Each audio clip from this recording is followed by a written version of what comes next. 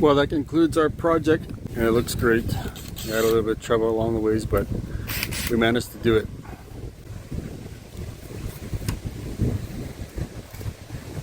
Still needs a little bit dressing up on the shed, but we're going to save that for another time.